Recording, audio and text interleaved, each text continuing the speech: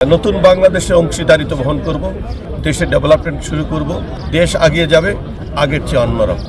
যেখানে বিশ্বতা সাধন করা দরকার, যেখানে ডেভেলপমেন্ট করা দরকার তাই করা হবে, বাড়তি কিছু করা যাবে না। যেই দেশে যেই অর্থ ব্যয় করে রাস্তাঘাটগুলো জাতীয় রাজস্ব বোর্ডে রেভিনিউ আয় হবে সেটাই করা হবে। যেটা কোনো ব্যক্তি বিশেষ কোনো রাজনৈতিক নেতা রাস্তা ঠিক করার জন্য রাষ্ট্র পয়সা ব্যয় করবে না।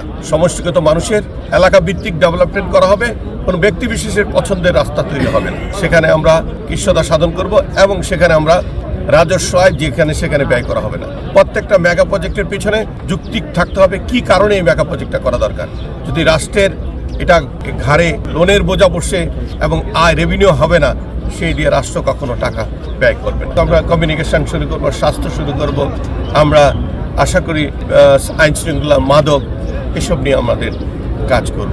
এই যে রাষ্ট্রের প্রায় 2-3 কোটি টাকা ট্যাক্স ফ্রি, 300 জন্য প্রায় 900 কোটি টাকা।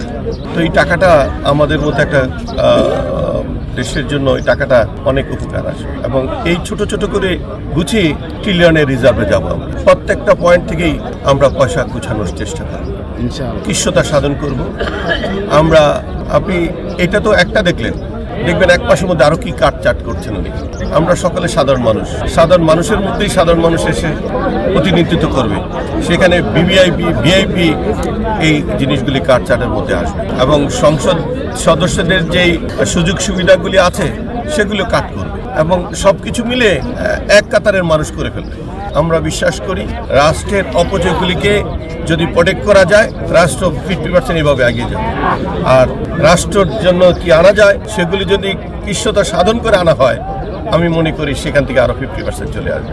আমার দেশের আয় দিয়ে রাষ্ট্র চালানো সম্ভব যদি আমরা রাষ্ট্রকে ভালোবাসি। আজকে তার বহিঃপ্রকাশ আমাদের দলনেতা আগামী বাংলাদেশের প্রধানমন্ত্রী তারেক রহমান যেই প্রস্তাব করেছেন, এই প্রস্তাবের মধ্যে দিয়ে প্রকাশ হচ্ছে যে আমরা একটা নতুন বাংলাদেশ গড়ার পথে আগাচ্ছি।